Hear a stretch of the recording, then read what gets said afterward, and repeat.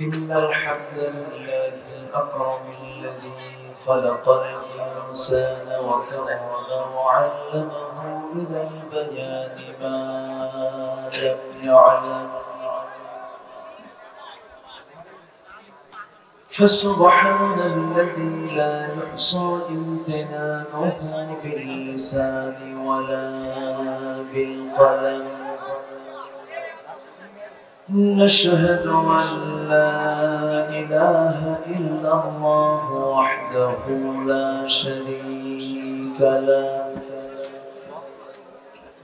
ونشهد أن سيدنا وحبيبنا ومولانا محمدا عبده ورسوله الذي أرسله بالحق بشيرا ونذيرا وداعيا إلى الله بإذنه وسراجا منيرا. فقد قال الله تعالى في كلامه المجيد وفرقانه الحميد: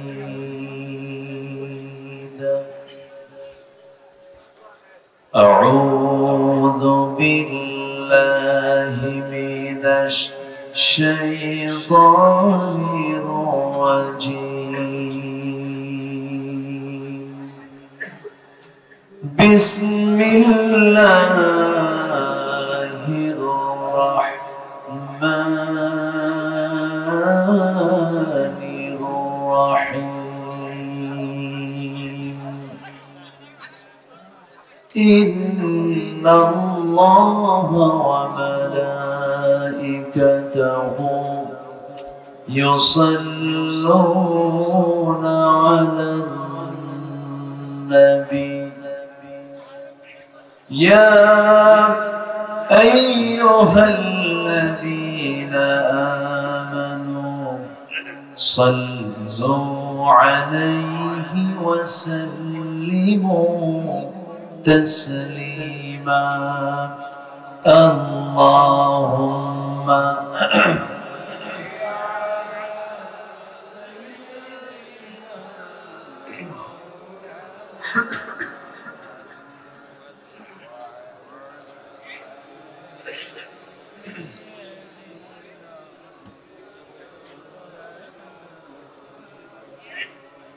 একটু মহব্বত দিয়ে নবীর প্রেমে মাতোয়ারা হয়ে আওয়াজ দিয়ে জোরালো কণ্ঠে সবাই বলুন আল্লাহুম্মা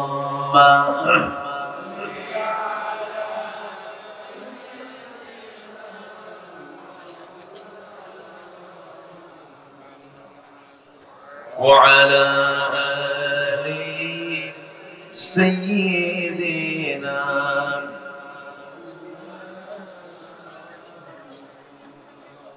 সবাই বলুন বালাগাল উলা বিকামালিহি কাশাফাত তুজা বিজামালিহি হাসনাত জামিউ খিসালিহি সাল্লু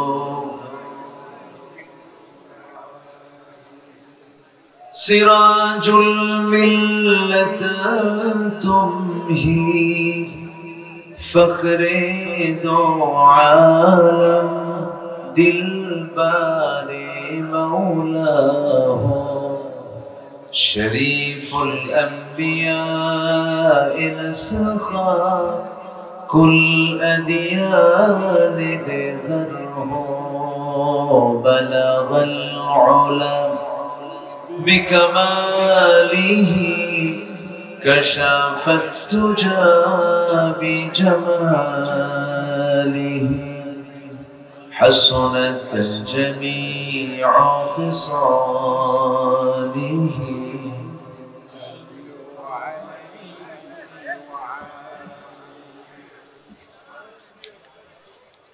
آمين কোরআনের সুর মাঝে শুনেছি যে নাম আজানের সুর মাঝেও শুনেছি সে নাম, ও নাম শুনেছি আমি আমার হৃদয়।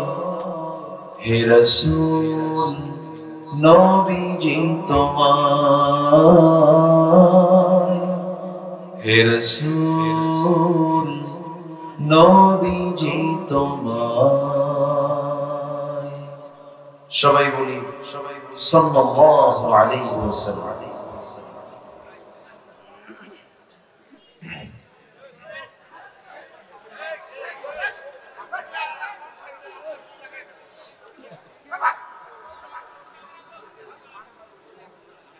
পাবনা জেলার ফরিদপুর উপজেলার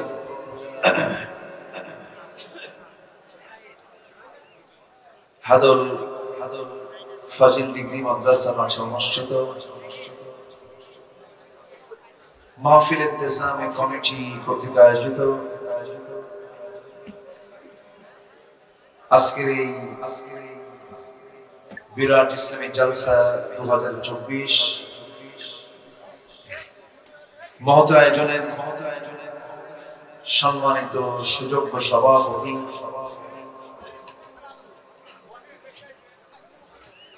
আজকের মাহফিলের বরেণ্য প্রধান অতিথি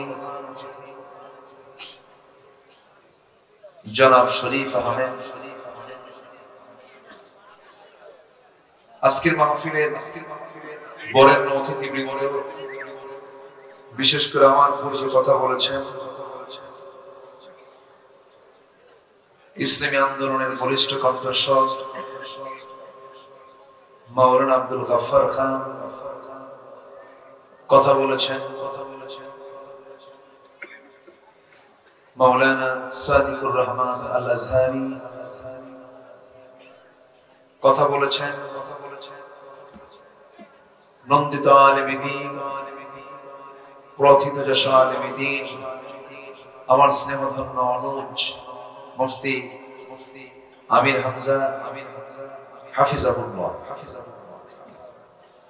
অত্র প্রতিষ্ঠানের সম্মানিত প্রিন্সিপাল মহোদয় সহ আজকের মাহফিলের প্রধান আকর্ষণ দূরে ও কাছের বিভিন্ন স্থান থেকে ছুটে আসা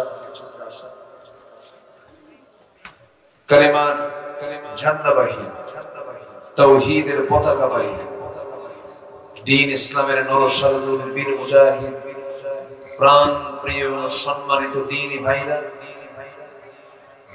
আড়ালে বসে আছেন শ্রদ্ধেয়া সম্মানিতা মা বোনেরা। আলোচনার সূচনায় আনুষ্ঠানিকতার মধ্য দিয়ে আমার পক্ষ থেকে আবারও প্রাণ খোলা, হৃদয় নিংড়ানো, দিল উজাড় করানো সালাম, আসসালামু আলাইকুম ওয়া রাহমাতুল্লাহি ওয়া বারাকাতুহু। সবাই কেমন আছেন? আমাকে প্রশ্ন করলেন, আল্লাহ তাআলা আমাকে আপনার মতোই আপনার কাতারই রেখেছেন, বলি আলহামদুলিল্লাহ। এত রাতে আপনারা যে বসে আছেন, এটা তো মহান রব্বে কারীমের খাস মেহেরবানি। এটা এমন একটা রাত, একদম মানুষ যে সময় গভীর ঘুমে মগ্ন থাকে, এই গভীর রাতে যিনি আমাকে আপনাকে কবুল করে নিয়েছেন, যিনি আমাকে আপনাকে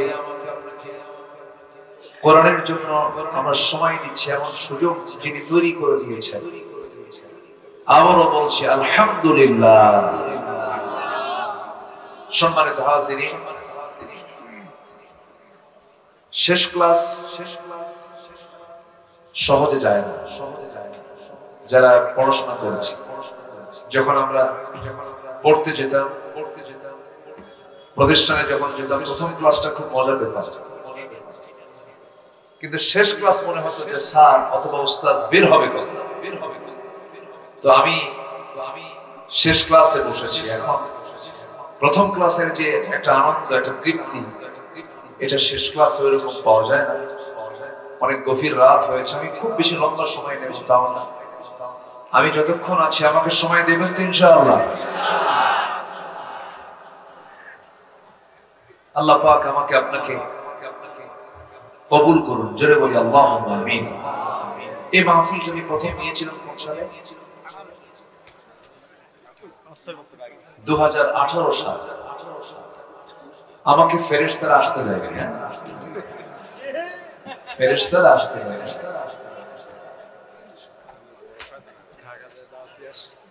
আমার ভাইজান ঢাকাতে গিয়েছিলেন, আমাকে সেখানে কনফার্ম করে এসেছিলেন। পরে বললেন হুজুর, কিরামুল কাতিবিনরা খুব ডিস্টার্ব করতেছে, আপনাকে আসতে দিচ্ছে না। তো যাই হোক, সবারই কম বেশি তো জানা হয়েই গেছে কি প্রেক্ষাপট, জাতির সামনে ইতিহাস প্র্যাকটিক্যাল হয়ে আছে। আল্লাহ জি ফিরআউনের পতন ঘটিয়েছেন, আমরা ইতিহাসে পড়েছি, শুনেছি। আর নব্য ফিরআউনের যে পতন হলো, এটা আমাদের চোখের সামনে দেখলাম, ঠিক কিনা? ফিরআউন পৃথিবীতে ক্ষমতায় ছিল হলো, তার হায়াত ছিল হলো 1600 বছর, আর এরা ছিল হলো 16 বছর। সংখ্যার মিল যে এরকম হলো কেমনে বুঝলাম? সংখ্যার মিল আছে না? সংখ্যারও কিন্তু মিল আছে। যারা মাইক ম্যান, ইকো অত দেওয়ার দরকার নেই, শুধু সাউন্ডটাকে সুন্দর করলে হবে, ইকো দরকার নাই, আওয়াজটা বাড়ায় হবে। সম্মানিত ভাইয়েরা, আমরা সুন্দর একটি অনুকূল পরিবেশ পেয়েছি। আল্লাহ পাক আমাদেরকে একটা পরিবেশ দিয়েছেন, কিন্তু এটাকে ধরে রাখার দরকার আছে না নাই বলেন তো? আসতে বলবেন না, আছে না নাই? যারা দেশ ছেড়ে পালিয়ে গেছেন, আলেমরা কি দেশ ছেড়ে পালায়? দেখেছেন কোথাও? শুনেছেন কোথাও? আলেমরা পালায় না। 2009 সালে আমার জীবনের ফার্স্ট হজ, 2009 আমি গিয়েছিলাম। কিংবদন্তি শহীদ আল্লামা দেলাওয়ার হোসেন সাইদি রাহিমাহুল্লাহর জীবনের শেষ হজ হলো 2009। এই 2009 সালে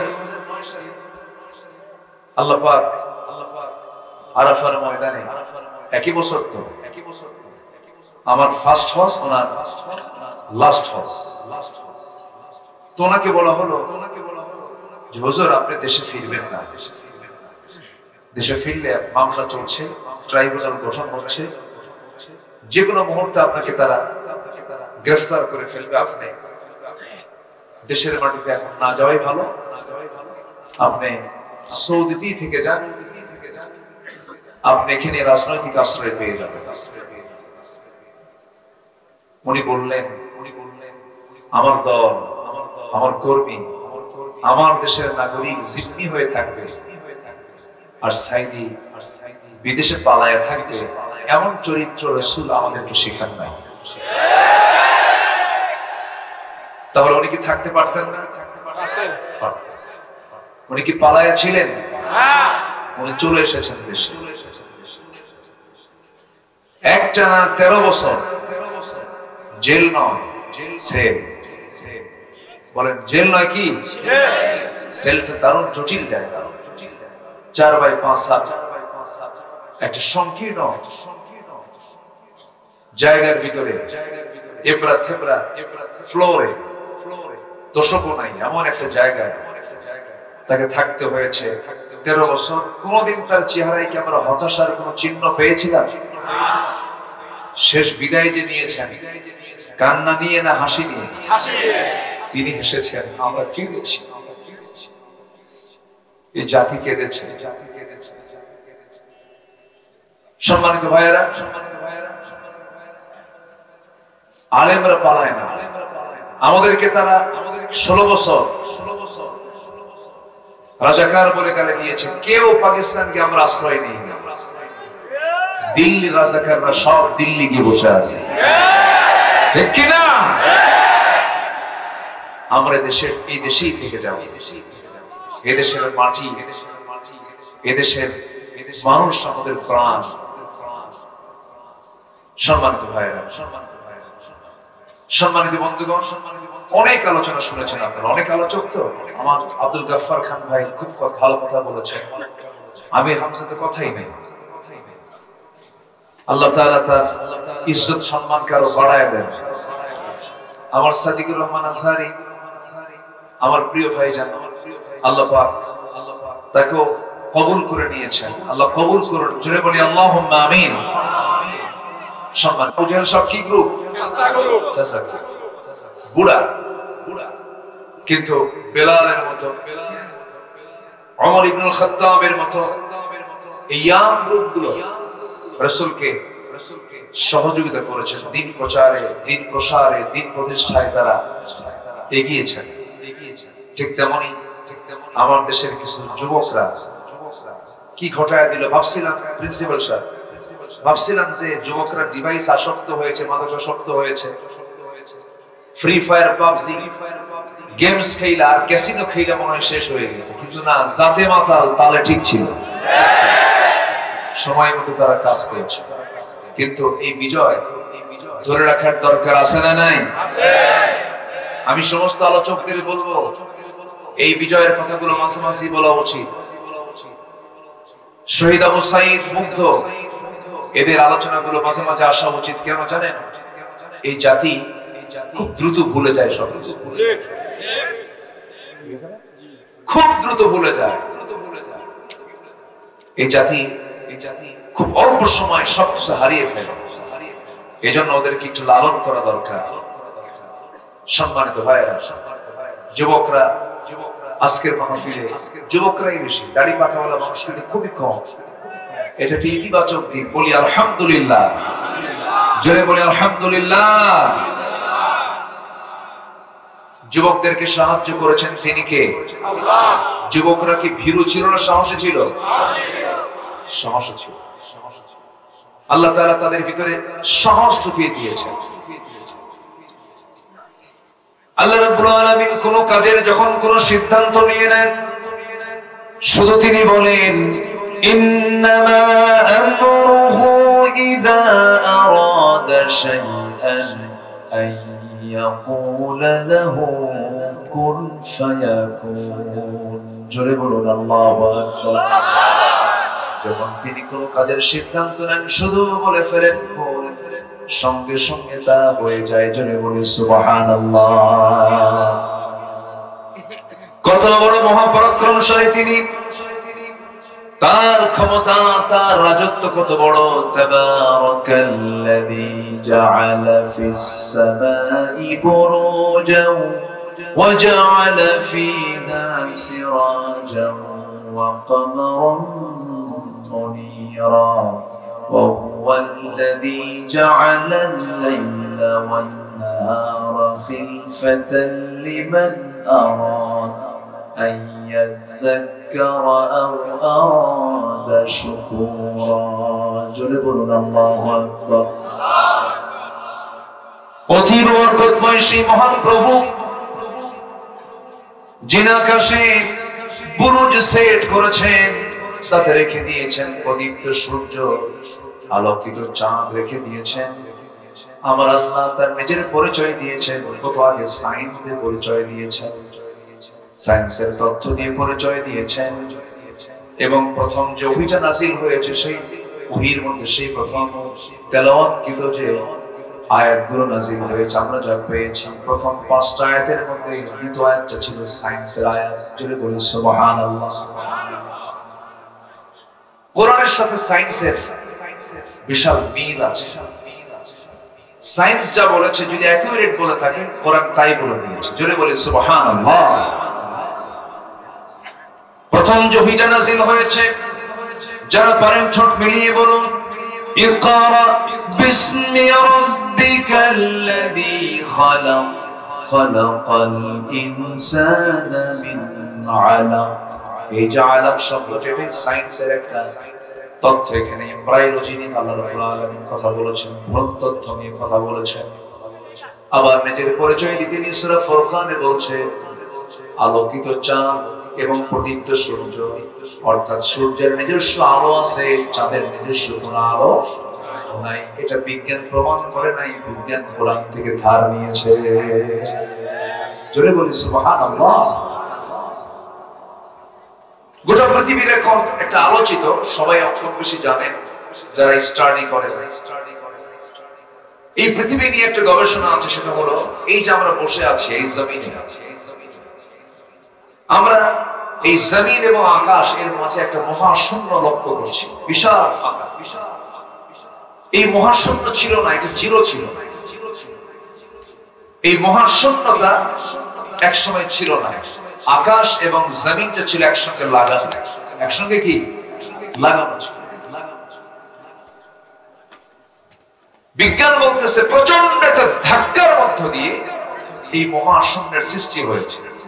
এই ধাক্কা, এই থিওরিকে তারা নাম দিয়েছেন বিগ ব্যাং।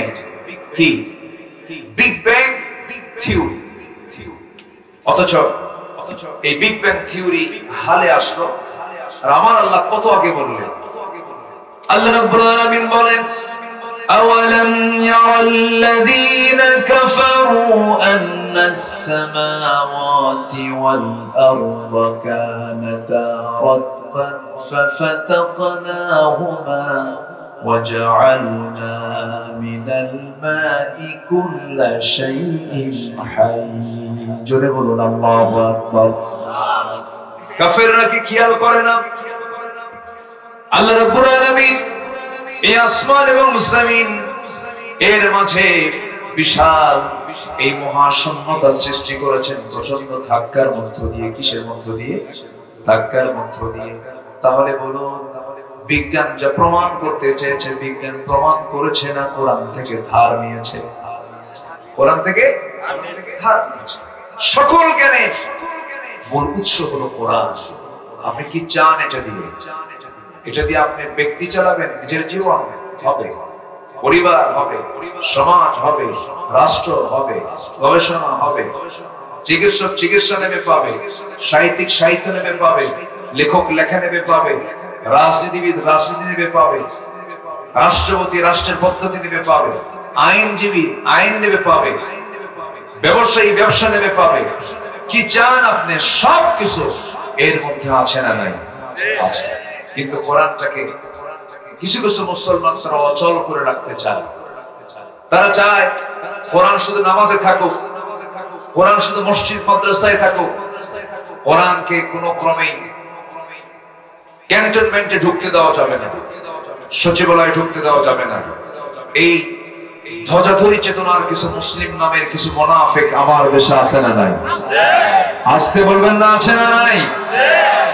আমার স্পষ্ট ভাষায় জানিয়ে দিতে চাই, দেশ স্বাধীনতার 53 বছর অতিক্রম হয়েছে। কেউ দেশ চালিয়েছেন 25 বছর, কেউ 16 বছর, কেউ 9 বছর, কেয়ারটেকার গভর্নমেন্টরা কয়েক বছর।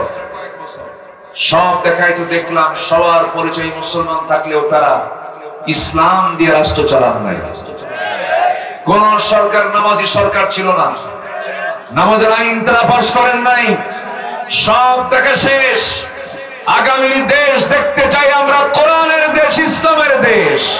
রাজি আছেন কারা কারা? হাত উঁচু করে দেখান মুসলমান।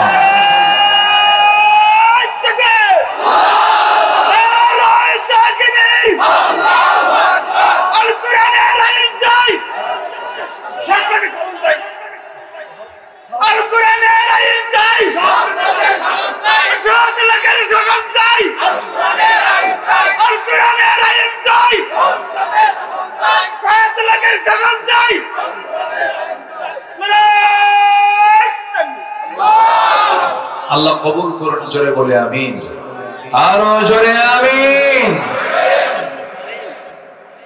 কষ্ট পাচ্ছেন? অসুবিধা? অসুবিধার আর কি আছে? বহু কিছু মারিয়ে এসেছি আমরা। এই 16 বছর জেলখানায় সাধারণ মানুষ বেশি ছিল না আলেম ওলামা বেশি ছিল? দেশকে আলেমরা চালাইছে? দেশের টাকাগুলো পাচার করলো কারা, জেল খাটলো কারা? দুই একটা জেলে পারে নাই, দুই একটা এখন ভিতরেই আছে, আছে না? বছর দুয়েক আগে আমার নামে তালিকা করেছিল এক বেয়াদব বিচারপতি শামসুদ্দিন, কি জানো, কালা বলা দরকার, আল্লাহ কালো বানায় দিছে। শামসুদ্দিন মানি এই নরাধম বেয়াদব, এর মুখে আমি কোনদিন হাসি দেখি নাই, জানেন? হাসেও না, যারা হাসেও না কান্দেও না, এদের বউরা মনে মনে একটু মরবে, বললি তো বাস, একটু হাসি থাকা উচিত, একটু খুনসুটি করা উচিত, চিত্তের বিনোদন করা উচিত। আমার নবীর পেটে খাবার ছিল না, কিন্তু মুখের হাসি ফুরাতো না। সুবহানাল্লাহ বলবেন না? নবীর চেহারা দেখলে ক্ষুধা বন্ধ হয়ে যেত, ক্ষুধা নিবারণ হয়ে যেত। তে মানিক করলো কি, আমাদের নামে একটা তালিকা করলো 116 জন আলেমের তালিকা করে বললো যে এরা রাষ্ট্রদ্রোহী।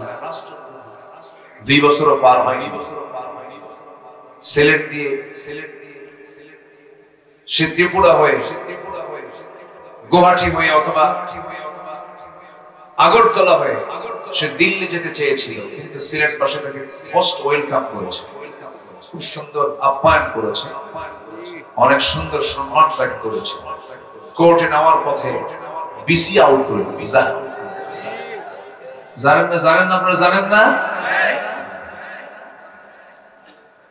যখনই কোন গোষ্ঠী জুলুমের মাত্রা বাড়িয়ে দিয়েছে, আল্লাহ তাদেরকে জাতির সামনে উলঙ্গ করে ছেড়ে দিয়েছেন।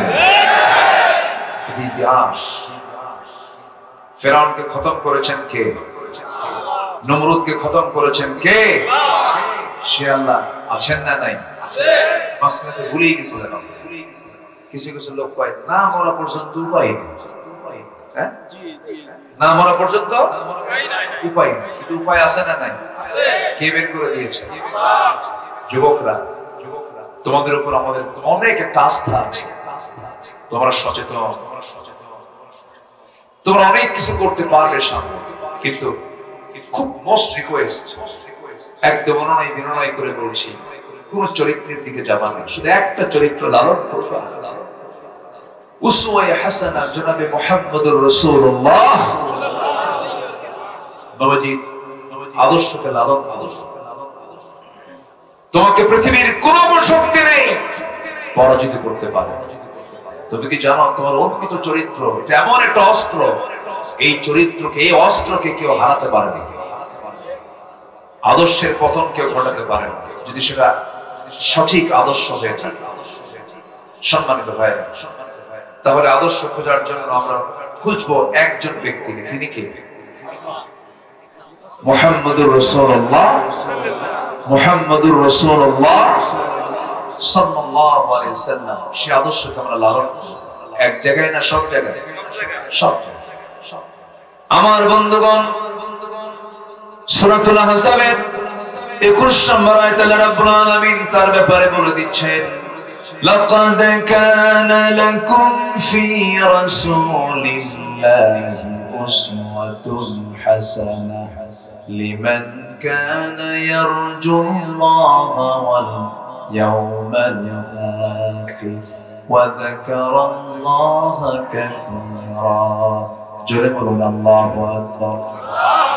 তোমাদের জন্য উত্তম আদর্শের বাস্তব নমুনা কেউ নন, তোমাদের জন্য উত্তম আদর্শের বাস্তব নমুনা একজন ব্যক্তি, তিনি হচ্ছেন জনাবে মুহাম্মদুর রাসূলুল্লাহ সাল্লাল্লাহু আলাইহি ওয়াসাল্লাম। আমার নবীর দাম সকল নবীর চাইতে কম না বেশি? এসেছেন পরে, কিন্তু দামটা বেশি। কি শেষ করে দেব না? এটা কি একজন করে একটু ওঠেন? হ্যাঁ, আমার আসার কথা ছিল হলো 3টায়। আমি ভাইজানকে বলেছিলাম আমি 3টায় আসবো ইনশাআল্লাহ, কিন্তু আল্লাহ পাক আমাকে 3টার আগে পৌঁছিয়ে দিয়েছে। আরো আগে আসতে পারতাম, কিন্তু রাস্তার যে হাল, এই তো মালাকুল মউতের দিকে ঢোকা পড়ছে। মাঝে মাঝে ড্রাইভারকে বললাম, ড্রাইভার আমার চাকা আছে না নাই? কঠিন অবস্থা, কঠিন অবস্থা। যাই হোক, এরপরেও আসতে পেরেছি। এই চাঁদ পাকা মুখ সেই আসবো 18 সালে, সে আশা বললো আমার 24 সালে। আমি যে কত আনন্দ পাচ্ছি জানেন, আমি তৃপ্তির জায়গাটা আমার এতটাই মানে আমাকে আনন্দ দিচ্ছে, আসতে পারি নাই সেই জায়গায় আসতে পারলাম। এই তৃপ্তি কি কম না বেশি বলেন তো? অনেক বেশি। সম্মানিত ভাইয়েরা, আমার নবীজি জীবনে অনুকরণীয় কিছু আদর্শ আমি আজকে উপস্থাপন করতে চাচ্ছি। মোটামুটি যদি তার জীবন থেকে যদি আমরা 15টা আদর্শ যদি লালন করি কোরআনের দৃষ্টিতে, আশা করা যায় এই আদর্শ লালন করলে এই দুনিয়া সকল অপশক্তি তার কাছে পরাজিত হতে বাধ্য, এবং আল্লাহ তাআলা তার জন্য 8টা জান্নাতের দরজাই করে দিবেন আখিরাতে। শুনবেন? আগ্রহ আছে? বারবার কেন বলছি জানেন, আমিও ক্লান্ত মনে হচ্ছে। 3-4 মানুষের শরীর না, সবাইকে কষ্ট দিচ্ছি আমরা, এবং এত রাতে এই মাহফিলের প্রচলন আছে বলে আপনারা আছেন, এবং আপনারা কোরআনকে ভালোবাসেন, দ্বীনকে ভালোবাসেন, এই জন্যই বসে আছেন। আলহামদুলিল্লাহ বলেন। হাদল পাবনা জেলার একটি ঐতিহ্যবাহী মাহফিল। হাদলকে চেনে না, কিন্তু পাবনায় বাড়ি, ওর পাবনায় থাকাই যায় না। কথা বলছেন? ওর পাবনা থাকায় জায়েজ। এটার পরিচিতি এটাকে অনেক আগের থেকে জানি, যদিও আসা হয়নি, কিন্তু পাবনার বহু জায়গায় এসেছে। আবার আসবো সামনে। দারুল আমান ট্রাস্টে আমার সেই পুরাতন জায়গা। আল্লামা সাইদি বিদায় নিয়েছেন, জেলে ঢুকেছেন। এরপর থেকে উনি 10 শেষ করেছেন, আমি 11, 12, 13, 14 4 বছর প্রোগ্রাম করেছি। 15 থেকে ওই আমার ফেরেশতারা ঢুকতে দেয়নি, মামলা ঢুকিয়ে দিয়েছিল, মামলাও দিয়েছিল। যাই হোক, এটা তো ওদের পলিসি ছিল যে ক্ষমতায় কেমন করে থাকা যায়। আমি ওই দলের যারা সমর্থক যারা আছেন, আমি তাদেরকে করজোড়ে বিনতি জানাবো, আপনাদেরকে গালি দেই না, ফিরে আসো। আপনার নেতা পালায় গেল, সেই নেতৃত্ব ধরুন যে দলের নেতাগুলো পালায় না, যে দলের নেতাগুলো ইসলামের কথা বলে না, পরকালের কথা বলে না, নামাজের কথা বলে না, আল্লাহর ভয় দেখায় না, ওই দলের নেতৃত্বের মুখে আমরা জুতা মারি, থুতু মারি, থুতু মেরে চলে আসে। মোস্ট ওয়েলকাম, ইসলামের দিকে চলে আসে। আমরা তো একই পরিবার। আওয়ামী লীগ আমার ভাই, বিএনপি আমার ভাই,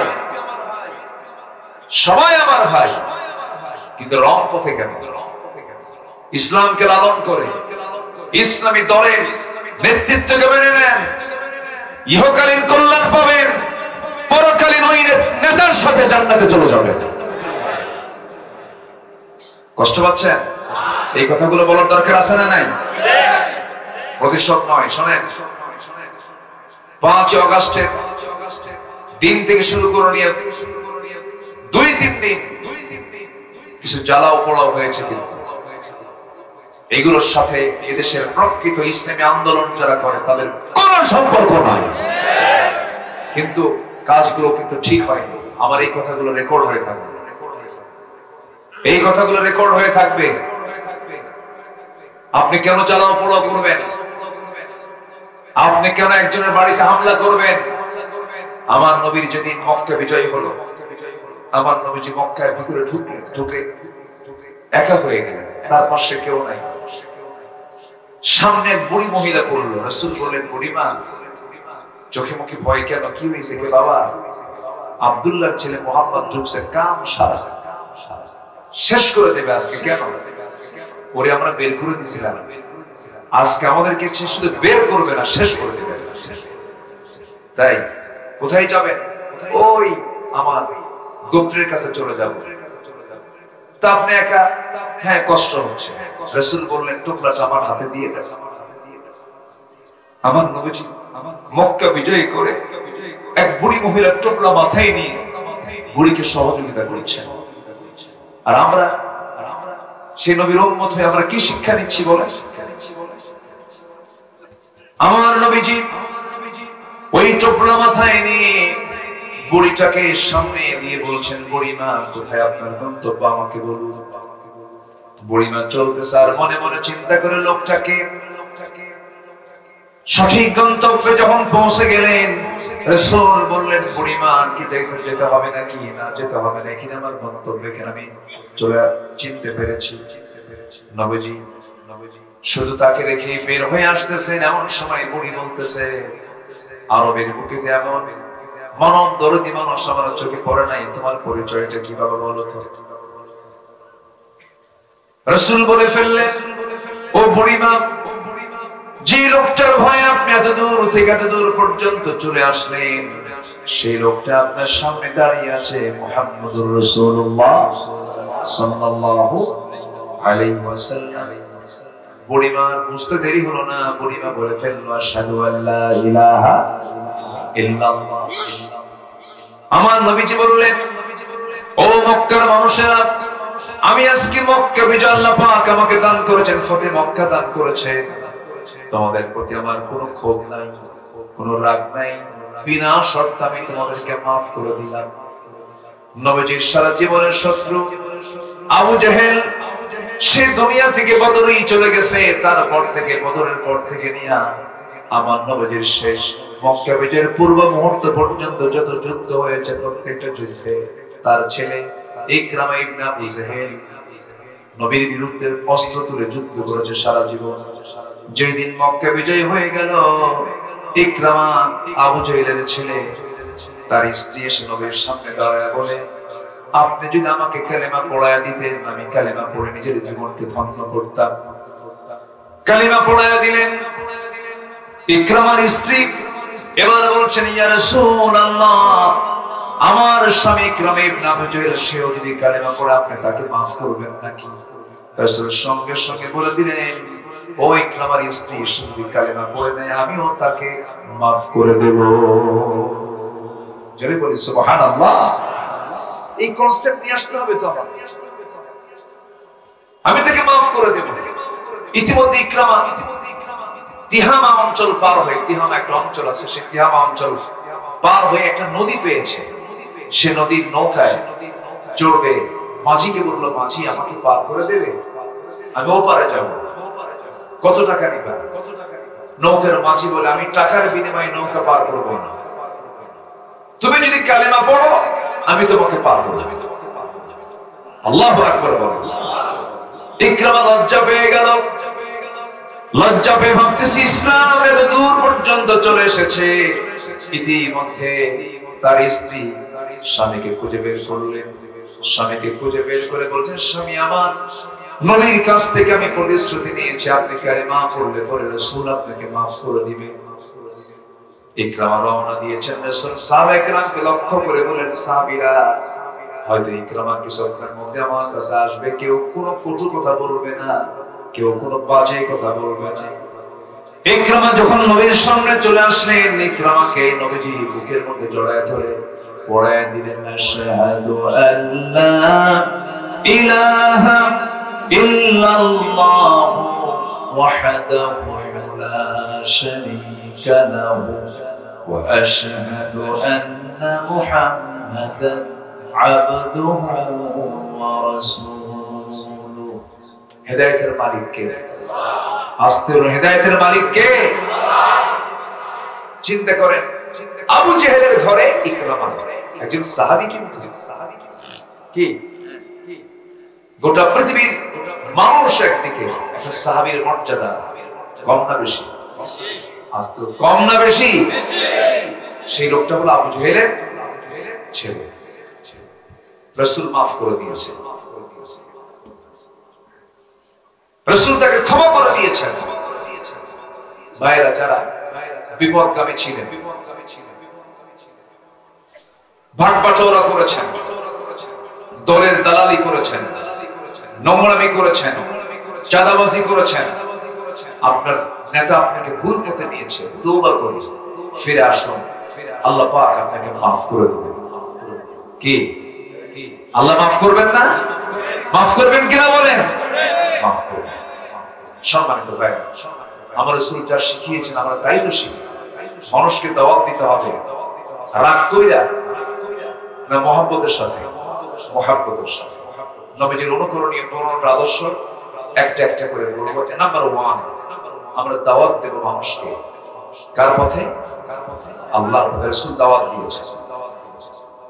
আল্লাহ তাআলা তার রাসূলকে স্পেশালি এক বচন শব্দ প্রয়োগ করে বলেছেন। এখানে আলেম ওলামা আছেন, আমরের সিগা। আল্লাহ রাব্বুল আলামিন বলেছেন, উদউ ইলা সাবিলি রাব্বিকা বিল হিকমাতি ওয়াল মাউইযাতিল হাসানা ওয়াজাদিলহুম বিল্লাতী হিয়া আহসান ইন্না রাব্বাকা হুয়া আ'লামু বিমান দাল্লা আন সাবিলিহি ওয়া হুয়া আ'লামু বিল মুহতাদিন। জোরে বলুন আল্লাহু আকবার। হে রাসূল, আপনি মানুষকে প্রজ্ঞার সাথে দাওয়াত দিন, উত্তম নসিহতের মধ্য দিয়ে দাওয়াত দিন। তর্কে যাবেন না, সেই তর্কে যাবেন যেখানে এহসানের সৌন্দর্য আছে। আমার বন্ধুগণ, আমার নবীজির সারা জীবনের যতগুলো আদর্শ আছে এর মধ্যে এক নাম্বার আমরা খুঁজে পেলাম। নবীজির সারা জীবনের মূল কাজটা ছিল দাওয়াত। সেই দাওয়াতি কাজে আমরা পিছে থাকবো না, এগিয়ে থাকবো। এগিয়ে থাকবো। রাসূল দাওয়াত দিয়েছেন প্রথমে বাইরে না ভিতরে? বলেন বলেন, আউটসাইড না ইনসাইড? ইনসাইড আগে দাওয়াত দিয়েছেন, ঘরের মধ্যে আগে দাওয়াত দিয়েছেন। ঘরকে আগে ঠিক করতে হবে। অনেক নামাজি আছেন, অনেক হাজি আছেন, নামাজ পড়েন, হজ করেছেন, কিন্তু বউ নামাজ পড়ে না। বউ ডিস্কো টাইপের, কি সাইডের? ডিস্কো সাইডের। পর্দা বুঝে না, 3 পিস পরে ঘুরে বেড়ায়, চুলটা খুলে ঘুরে বেড়ায়, এরকম বউ আছে না? আবার কিছু কিছু স্বামী আছে, বউটা যদি সুন্দর হয়, সুন্দর বউকে পর পুরুষকে দেখাতে খুব মজা পায়। আছে এরকম কিছু পুরুষ আছে না? আসছে কোনো বন্ধু আসছে, বউটাকে বলে, এই সুইটি এদিকে আসো তো, একটু চা খাওয়াও তো। বউটাকে ডিসপ্লে করে। বউটাকে কি করে? ডিসপ্লে করে। আবার মাঝে মাঝে হোন্ডায় তোলে। কোথায় তোলে? হোন্ডায়। নরমাল কোন হোন্ডা না, R15 লেটেস্ট ভার্সন, যার প্যাসেঞ্জার সিট হলো 3 তলা আর ড্রাইভিং সিট হলো আন্ডারগ্রাউন্ড। দেখেন না কিছু কিছু ড্রাইভার কই দেখাই যায় না। ড্রাইভার ওই ট্রাঙ্কির তলে থাকে। ড্রাইভার কিসের তলে থাকে? কি যে রুচি, রুচির তো একটা বিষয় আছে। তো ট্যাঙ্কির তলে থাকে, ও দেখা যায়। কিন্তু বউটা আছে ওর একদম 3 তলায়। বউটাকে বলে সাজো, যেমন খুশি সাজছে, মাথার চুল ছেড়ে দিয়া, লাল লিপস্টিক দিয়া, টকটকে লাল শাড়ি গায়ে লাগায়, অর্ধলগ্ন হয়ে পিছনের হোন্ডার পিছনে সিটে উঠলো। স্বামী তো আন্ডারগ্রাউন্ডে আছে। হোন্ডার মেকারকে বললো, যে হোন্ডার আওয়াজে তুই জাতি আমারে দেখবে না, তুই পাইপ খুলে ফেল। পাইপ আছে না? পাইপ যেদিক দিয়ে ধোঁয়া বের হয়, সিলিন্ডার, হ্যাঁ, খুলে ফেল। খুলে ফেলছে। আমার হোন্ডার এখন হয়ে গেছে হেলিকপ্টার। দিল একখানটা ডেমরা টু ফরিদপুর, ঠিক আছে না? বাগাবাড়ি টু ফরিদপুর এক টানে। রাস্তার ডানে বামে যা আছে সব দেখে নিল।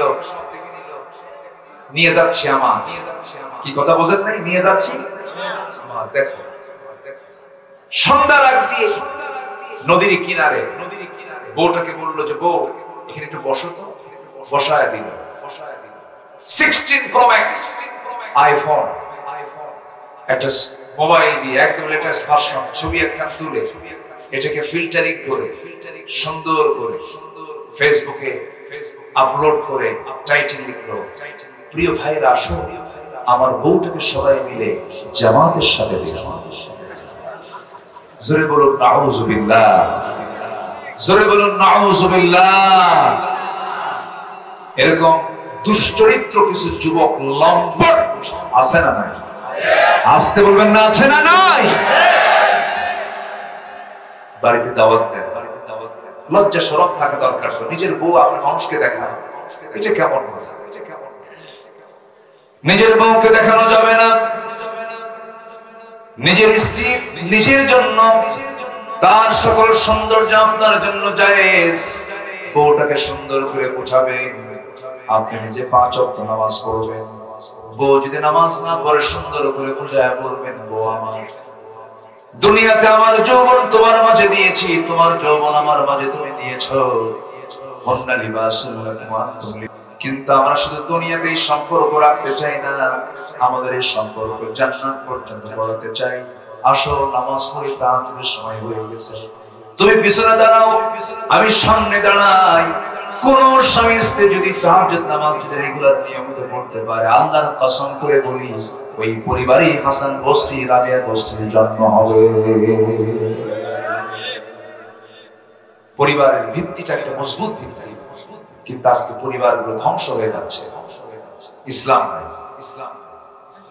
বউ যদি নামাজ না পড়ে কি করবে বলেন? জবাব দেন, কি করবে? একজনকে মারবো, কিন্তু মারার কাজ দেখতেছি। যে কইছে মারবো হয়তো বিয়ে করে না। বউকে মারা এত সস্তা, এতই সস্তা ভাবছেন বউকে মারা? বলেন তো, স্বামী বড় না বউ বড়? চেয়ারম্যান বড় না চেয়ারম্যানের বউ বড়? হ্যাঁ হ্যাঁ, বউ মারাত্মক পথ, এটা বিশাল বড় পোস্ট। কিন্তু আপনি যত বড় হুজুর হন না কেন, বউয়ের কাছে হুজুর গিয়ে খাটেন না। কত বড় হুজুর আমার জানা আছে, সব তোমার কথা, বসো। এক ধমক বাইরে বসে দেবে প্রিন্সিপালের সাথে। না, আমি একটু মজা করে বলবো, আমারটাও কবে আপনারটাও কবে। আল্লাহ তাআলা মেয়েদের এই জাতীয় নেচার দিয়েছেন। আল্লাহ তাআলা তাদের জ্ঞানের পরিমাণটা বেশি দিয়েছেন না কমায় দিয়েছেন? দ্বীনের নকশান, ইলমের নকশান, দ্বীনের স্বল্পতাও দিয়েছেন, জ্ঞানেরও স্বল্পতা দিয়েছেন। এই যে ধমক খায় চুপ থাকতে হয়। ওমরে ফারুকের মতো মানুষ, যার নাম শুনলে রোম পারস্য থরথর করে কাঁপে, বিশাল পাওয়ারফুল, সেই ওমরে ফারুকের কাছে এক লোক বিচার চাইতে আসছে, তার বউ নিয়ে গন্ডগোল। তো ওই লোকটা এসে দেখে ওমরের সঙ্গে তার বই লড়ে। এই চিত্র দেখে ভাবতেছে আর কি বিচার চাই, চলে যাচ্ছে। ওমরে ফারুক বলে, নাই তুমি আসছো কেন, যাও কেন, খুশি তো কম, আসলাম যে সমস্যা নিয়ে আসি, সেই সমস্যা আপনার ঘরে ঢুকছে। আমার বউয়ের সঙ্গে আমার গন্ডগোল, এসে দেখে আপনার সাথে আপনারটার গন্ডগোল। সেই দিন ওমরে ফারুক মুচকি হাসি মেরে বললেন, ওমরের নাম শুনলে দেখো না বাতিল শক্তি কেমনে থরথর করে কাঁপে। যে ওমরকে দেখলে তারা ভয় পায়, আর সেই ওমরের সামনে ওমরের স্ত্রী এত কিছু বললো, ওমর কিছু বলেছে না, তুমিও কিছু কইও না। ঠিক আছে না? জোরে বলে সুবহানাল্লাহ। স্বামী স্ত্রীর সম্পর্ক একটা ব্যতিক্রম, বেহেশতি ফ্লেভার এর মধ্যে আছে না নাই বলেন তো? মাওয়াদ্দাতাও ওয়া রাহমা, মাওয়াদ্দাতাও ওয়া রাহমা, ভালোবাসাও আছে, রহমতও আছে। কিন্তু স্বামী স্ত্রী ছাড়া এই যে গাছের গোড়ায় গোড়ায়, তারপরে দেওয়ালের সিপাই সিপাই, জোড়া জোড়া কপত কপতে যে বসে থাকে, ওদের মধ্যেও কি একটু মায়া দয়া নাই? আছে, আসতে পারে। ভালোবাসা না থাকলে কি বসে? একটা আছে তো, একটা কিছু আছে তো নাকি? বসে, কিন্তু ওর মধ্যে শুধুই হয়তো প্রেম থাকতে পারে, কিন্তু ওর মধ্যে কোনো রহমত আসতে, রহমত। যদিও প্রেম আমি বলেছি, কিন্তু এই প্রেম, এটা প্রেম নয়, এটা হলো নোংরামি, এটা হলো জেনা। এটা কি বলেন? জেনা। বিয়ের আগে কোনো প্রেম হয় না, সঠিক প্রেম হবে বিয়ের আগে না বিয়ের পরে? বিয়ের আগে না বিয়ের পরে? যুবকরা যারা বিয়ের আগে এই সমস্ত নমুনাকে সম্পর্কে জড়াবে, ওয়ালা মুত্তাখিদি আখদান ওয়ালা মুত্তাখিদাতি আখদান, এই গোপন গোপন নমুনাবিতে যখনই জড়াবে তখন এই প্রজেক্টটা হবে তোমার জন্য লস, তোমার সব ধ্বংস হয়ে যাবে। বিয়ের আগে সব প্রেম করে শেষ হবে, বিয়ের পরে আর প্রেম খুঁজে পাবা না, খালি কিলাকিলি আর ঘুষাঘুষি হবে। রহমত নামক কোন গন্ধ ওই পরিবারে কখনো আসতে পারে কি? কথা ক্লিয়ার? মনে থাকবে? যুবকরা মনে রাগ করতেছে, হুজুর কি কর, রাগ করতেছো নাকি তোমরা? তোমার বিজয় টিকে রাখার জন্য সবচেয়ে বড় বিজয় হলো ঈমানটাকে টিকে রাখতে হবে। ঈমান ধ্বংস করার জন্য শয়তানের কিছু ফাঁদ আছে, এর মধ্যে একটা ফাঁদ হলো তোমাকে চরিত্রহীন করে তুলবে, তোমার সামনে নারী দিয়ে দেবে, অস্থিরতা বাড়ায় দেবে। তোমাকে এই সময় খুব যত্ন সহকারে তোমার ঈমানটাকে রাখতে হবে। আমার আল্লাহ তাআলা 7 শ্রেণীকে আরশ আজিমের ছায়ায় জায়গা দিয়ে দিবেন। এর মধ্যে একটা শ্রেণী হলো রাজুলুন ইদা দাআত ইমরাতান যাতা হাসাবিন ওয়া জামালিন ইন্নী আখাফুল্লাহ। সম্ভ্রান্ত পরিবারের কোন সুন্দরী নারী যখন কোন পুরুষকে প্রেমের প্রস্তাব দিয়ে ফেলে, সেই সময় যে পুরুষটা বলবে আমি আল্লাহকে ভয় করি, আমার আল্লাহ বলছেন আমি ওই বান্দাকে আমার আরশ আজিমের ছায়ায় জায়গা করে দেব। কোন যুবককে আরশ আজিমের জায়গা দিবে? যে অবৈধ প্রেমকে যে প্রত্যাখ্যান করে বলবে আমি আল্লাহকে ভয় করি, আল্লাহ বলছেন আমি এর জন্য আমি তোকে আরশ আজিমের ছায়ায় জায়গা দিয়ে দেব। বিশাল এই চরিত্র প্রত্যেক যুবককে তৈরি করার তৌফিক দাও। জোরে বলি আল্লাহুম্মা আমিন। তাহলে আগে দাওয়াত দিব বাইরে না ভিতরে? কি হয়েছে? চাবি হেরে গেছে, চাবি হেরে গেছে, পাওয়া গেছে। যে একটা চাবি হারানো গিয়েছে, হ্যাঁ অনেকে পাচ্ছে, খুব কষ্ট পাবে। চাবিটা যদি কারো হয়ে থাকে এখান থেকে নিয়ে যাবে, যদি কারো চাবি হারে। আবার রহিমের চাবি যেন গরিব নিয়ে না নিয়ে যায়, তখন আরো বড় বড় বিপদ হয়ে যাবে। আমার দিকে তাকান। তাহলে আমরা কি সবাই দাওয়াত দেব? আগে কোথায় দাওয়াত দেব? বলেন কোথায়? বউ নামাজ না পড়লে কি করবে? মারবে? মারা যাবে? মারা যাবে। 4টা কারণে। কয়টা কারণে? 4টা কারণে আমরা শাসন করতে পারবো। আমার মায়ের এখন খুব চিন্তায় পড়ে যাচ্ছে, বুঝলেন? এতক্ষণ তো লাইন ভালোই ছিল, কিন্তু আপনি এতক্ষণ তো অনুকূলই ছিল, কিন্তু আপনি তো বেলাইনে চলে গেলেন, মারার অর্ডার দিয়ে যাবেন, এটা কেমন কথা? তাদের কলেজায় এখন পানি নাই, তারা এখন চিন্তায় আছে। দেখি তো শুনি কোন কোন কারণে মারা জায়েজ আছে। শুনবেন শুনবেন কিসের জন্য মারবেন সেজন্য? 4টা কারণে স্বামী তার স্ত্রীকে শাসন করতে পারবেন। যদি কোন স্ত্রী দাওয়াত দেওয়ার পরও যদি নামাজ না পড়ে, রমজান মাসে রোজা না রাখে, স্বামীর যদি আনুগত্য না করে, বৈধ আনুগত্য না করে, ফেরাউন মাকে স্বামীর মতো কথা মানা যাবে না। আমার মা আপনার স্বামী যদি ফেরাউন মার্কা হয়, তার আনুগত্য আপনি করতে পারবেন না।